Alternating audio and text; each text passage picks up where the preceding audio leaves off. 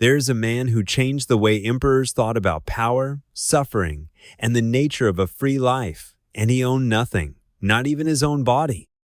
He was purchased as property, used as a tool, and broken by a master who tested whether pain could reach the soul. It could not. The man's name was Epictetus, and what he built inside the walls of his captivity became the foundation of an entire civilization's philosophy. You have probably spent time worrying about things that are not yours to control the opinions of others, the outcomes of events already set in motion, the slow erosion of plans that seem certain. Epictetus would not have pitied you for this. He would have told you, with a calm that bordered on ruthlessness, that you are suffering from a confusion about ownership. You believe you own things that were never yours.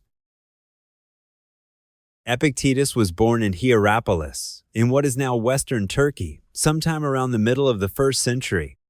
His mother was a slave, which meant that from the first breath he drew, he was property, not a person in the eyes of the law, not a citizen, not a man with a future he could call his own. He was given a name that, in Greek, simply means acquired. Even his name was a receipt. He was eventually sold to a man named Epaphroditus, a freedman who had risen to become a powerful secretary in the court of the Emperor Nero. This was not a kind master in any romantic sense. Power in Nero's Rome was purchased with cruelty, and those who served near the throne learned that brutality was the language of survival.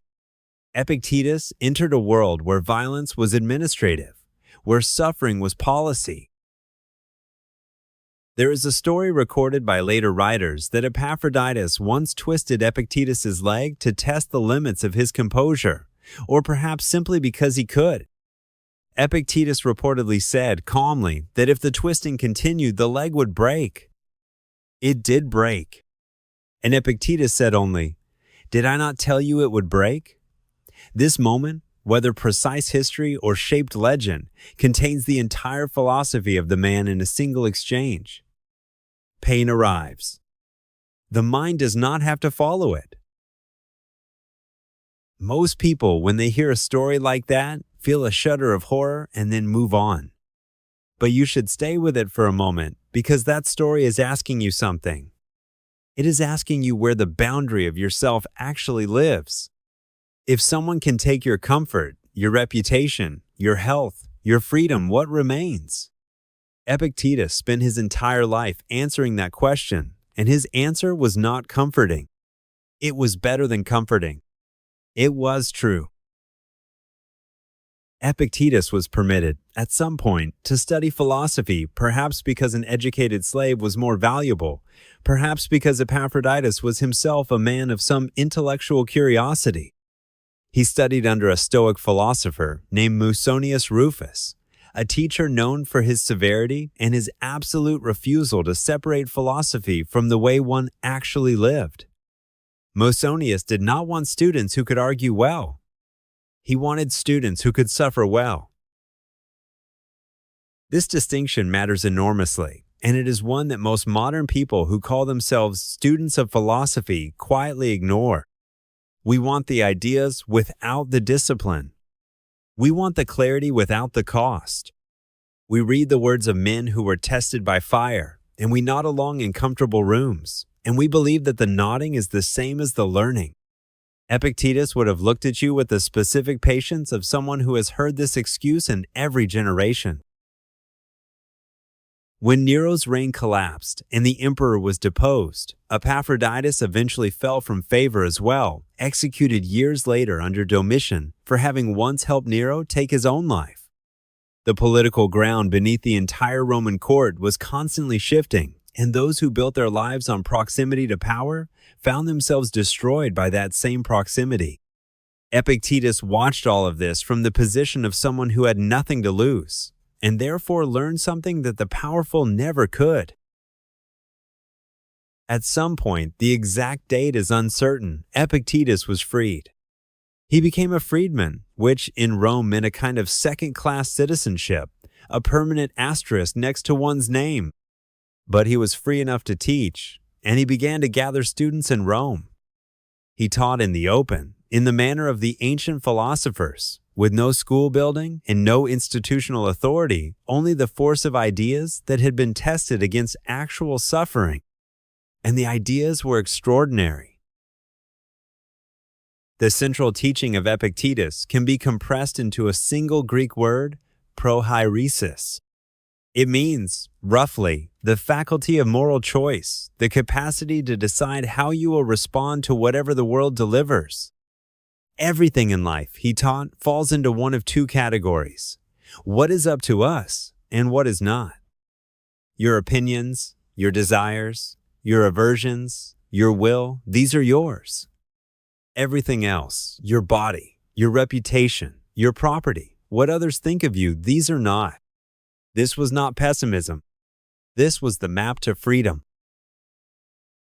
You have probably heard some version of this idea before: the Serenity Prayer, the modern self-help version, the motivational poster. But hearing it and actually organizing your entire life around it are two completely different things. And Epictetus had no patience for the gap between them. He was not offering a technique for feeling better. He was describing the architecture of a human being who cannot be broken. And the difference in scale between those two things is everything. Around the year 89, the Emperor Domitian expelled all philosophers from Rome, a recurring habit of insecure rulers who correctly understood that philosophy was dangerous. Epictetus relocated to Nicopolis in northwestern Greece, and there he established a proper school. Students came from across the empire, including young men from wealthy and aristocratic families who had never experienced a single day of genuine hardship. He taught them all the same thing, with the same bluntness. One of those students was a young man named Arrian, who would later become a historian of considerable reputation. Arrian did something that changed history. He took detailed notes on Epictetus's lectures and compiled them into what we now call the Discourses and the Enchiridion, which means handbook. Epictetus himself wrote nothing he believed, in the tradition of Socrates, that the living voice was the only real teacher. We have his words only because a student refused to let them dissolve into silence. The Enchiridion begins with a declaration so stark it can feel almost violent the first time you read it. Some things are in our control and others not. That is the opening line of one of the most influential philosophical texts ever written. No preamble, no pleasantries, no invitation to ease yourself into the idea. He begins at the point of maximum difficulty and demands that you stay there long enough to understand what it means. What does it actually mean in your life right now to truly accept that most of what you are fighting for is not yours to control? Think of the last time you were consumed by anxiety about an outcome. Think of the hours you spent rehearsing conversations, constructing arguments, imagining worst-case scenarios. Now ask yourself, how much of that energy was directed at things that were, in the end, entirely outside your jurisdiction? The answer, if you are honest, is most of it. Epictetus did not say this to shame you. He said it because he understood that misdirected effort is the root of almost all human suffering. We suffer not primarily because terrible things happen to us, terrible things happen to everyone, but because we have assigned enormous importance to outcomes we cannot guarantee. The slave who had his leg broken by a careless master had more clarity about this than most free people ever achieve. He had been stripped of the illusion early. He taught his students to practice what he called negative visualization, to imagine the loss of the things they valued most, not out of morbidity, but as a form of radical honesty. If you imagine losing your health, your relationships, your freedom, your comfort, and you sit with that image long enough to feel its weight, something shifts. You stop treating those things as permanent furniture and begin experiencing them as gifts that could be recalled at any moment. The gratitude that follows is not forced. It is earned. There is a passage in the Discourses where Epictetus addresses a student who is grieving the death of a loved one. He does not say, "Do not feel this." He does not say, "Be strong and feel nothing." He says something far more precise and far more useful. He says, "You knew when you loved this person that they were mortal. You knew that they were borrowed from the universe, not given to you permanently. Your grief is real, but part of it is the protest of a man who was warned and refused to believe the warning." This is where Epictetus separates himself from most comforters, ancient or modern. He is not trying to make the pain go away. He is trying to teach you to suffer correctly, to suffer without adding the layer of outrage and disbelief that says this should not be happening to me. That second layer, the protest layer, is where most human misery actually lives. The first layer, the raw grief, the raw pain that is human. The second layer is a choice, and it is a choice you can learn to stop making. His school in Nicopolis became one of the most respected in the ancient world, and among the people who studied his teachings directly or through his written words was a young man who would eventually become Emperor of Rome. Marcus Aurelius never met Epictetus in person. Epictetus died around the time Marcus was a child. But Marcus read the discourses with the attention of a man who knows he is reading something that might save his life, and the fingerprints of Epictetus are visible on almost every page of the Meditations. Think about what that means for a moment. The most powerful man in the world, commander of legions, ruler of millions, owner of an empire that stretched from Scotland to Mesopotamia, was taking moral instruction from the written words of a man who had been bought and sold. The hierarchy of the Roman world was absolute and merciless, and yet inside that hierarchy, the ideas of the lowest man were shaping the conscience of the highest. Philosophy has always been the great equalizer, and this is the most dramatic proof. Marcus wrote in his private journal the book we call The Meditations, which was never intended for publication, about the constant battle to actually live the philosophy rather than merely profess it. He quotes Epictetus repeatedly. He holds himself to account with the same ruthlessness that Epictetus demanded of his students. And yet he is also honest about failing, about the gap between knowing and doing, about the way power and comfort erode the clarity that suffering once provided. This is the practical lesson hiding inside the contrast between these two men. Marcus had every comfort and still struggled to maintain philosophical clarity. Epictetus had nothing and found that clarity almost naturally because necessity had burned away every distraction. The question this raises for you is uncomfortable. Are your comforts protecting you, or are they insulating you from the very friction that would make you stronger? Not all suffering is useful, but the absence of all discomfort is quietly catastrophic. Epictetus taught that every morning you should remind yourself of what kind of day lies ahead. Not to fill yourself with dread, but to prepare the mind the way a soldier prepares equipment methodically, without illusion. You will encounter rude people. You will encounter setbacks. You will encounter moments where your instinct will be to react with anger or fear or despair. The morning reminder is not pessimism. It is the construction of a self that is not surprised by the world as it actually is. He also taught something that cuts against the grain of almost everything modern culture tells you about self-worth. He said, "Stop seeking approval," not as a self-help affirmation, but as a logical conclusion from the dichotomy of control. Other people's opinions of you are not in your control. Therefore, organizing your behavior around earning those opinions is organizing your life around something you can never actually secure. Every performance you give for an audience that might not applaud is a debt you are taking out against your own peace. There is a passage in the Discourses where a student asks Epictetus what to do when someone speaks badly of them. His answer is brisk and almost startling. Find out if what they said is true. If it is true, correct yourself. If it is not true, the problem belongs entirely to the person who said it, and you may return your attention to your own business. The whole exchange takes about 30 seconds in the text.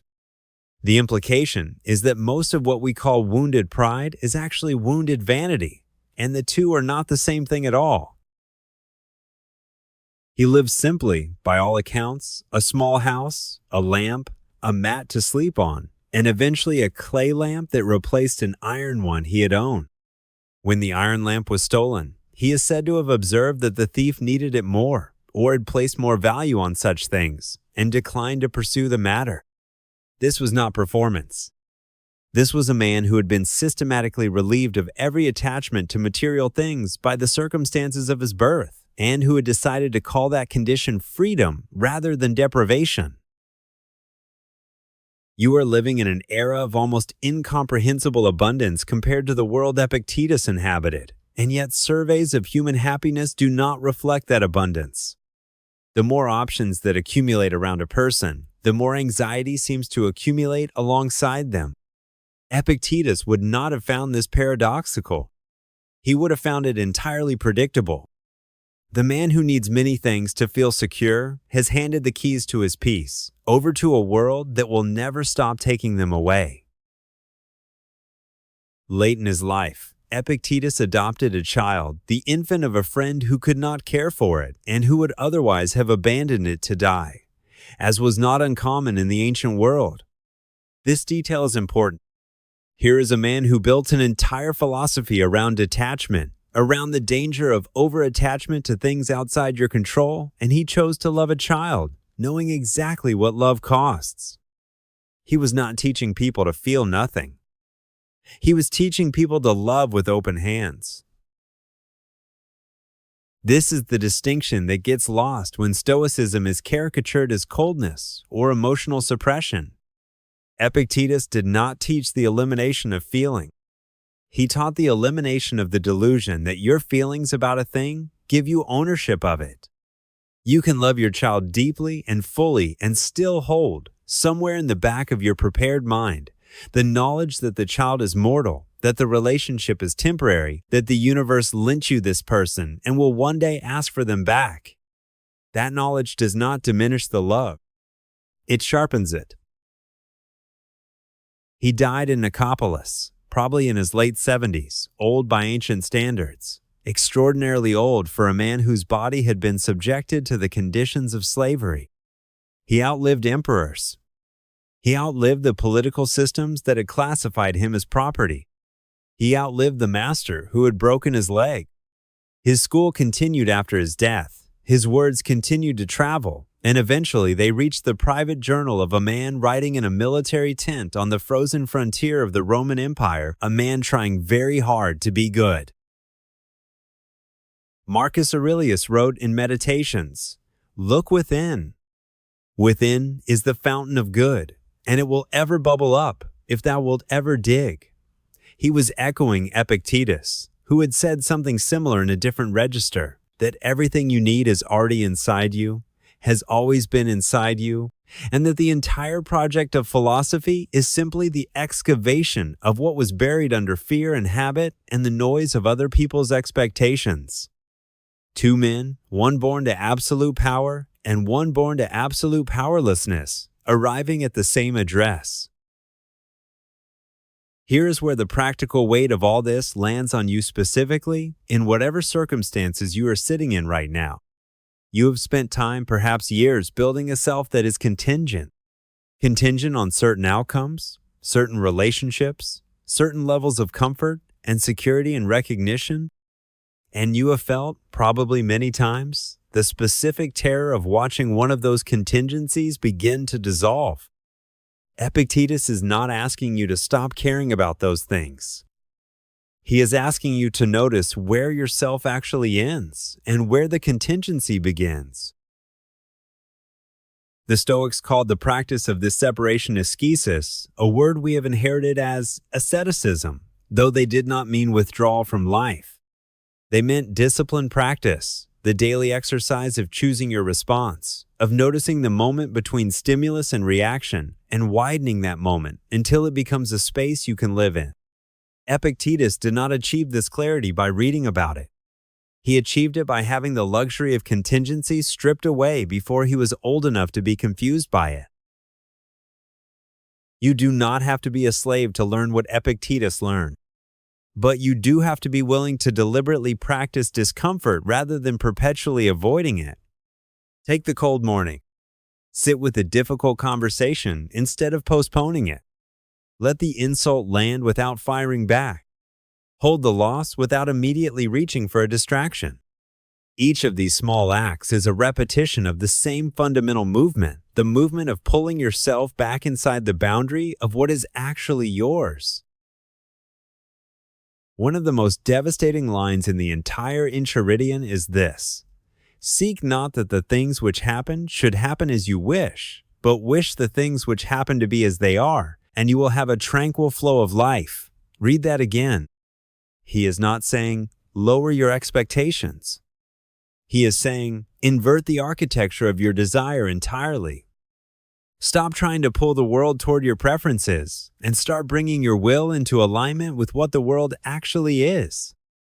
This is not resignation. It is the most radical form of agency available to a human being. The life of Epictetus is not a story about triumph in the conventional sense. He did not escape slavery and build an empire. He did not accumulate power or wealth or military victories. He sat in a small room in a provincial Greek town and talked to young men about how to live, and those conversations changed the moral architecture of Western civilization. His triumph was entirely interior, and therefore entirely his untouchable by any master, any emperor, any law, any accident of fate. That is the kind of triumph that does not require favorable conditions. What Epictetus leaves you with is not a system of comfort. It is a system of readiness. The world will take things from you. It will take health, and it will take people, and it will take certainties you believed were permanent. The question he spent his entire life preparing an answer to is not, how do I prevent loss? The question is, when loss comes, and it will come, who will I be in that moment? Will I be someone whose identity collapses with the thing I lost, or someone who remains, steady and whole, on the other side of the taking? He was born with nothing. He was given a name that meant property. He was broken by a man who believed that ownership extended to the body and the will. He lived long enough to watch that man's world dissolve, and he built, in the space that suffering carved open, something that 2,000 years have not been able to damage. If you take nothing else from his life, take this: the thing in you that cannot be purchased, cannot be broken, and cannot be taken. That thing is the only thing worth building. Everything else is furniture. If this story reached something in you, if the life of a man born in chains found a way to say something true about your own, then stay with that feeling long enough to act on it. Not tomorrow. Today. One choice, made from clarity rather than fear. One moment where you let the thing outside your control stay outside, and you tend instead to the one small fire that is actually yours. That is where the philosophy begins. Not in the reading, in the doing. Epictetus would ask nothing more of you than that. If the life of Epictetus moved you, there are more stories like this one waiting here, men and women who found freedom not by changing their circumstances, but by changing their relationship to all circumstances. Subscribe if you want to keep going deeper. The next story is already waiting, and it will ask something of you too. That is the price of this kind of philosophy. It always asks something, and the asking is the point.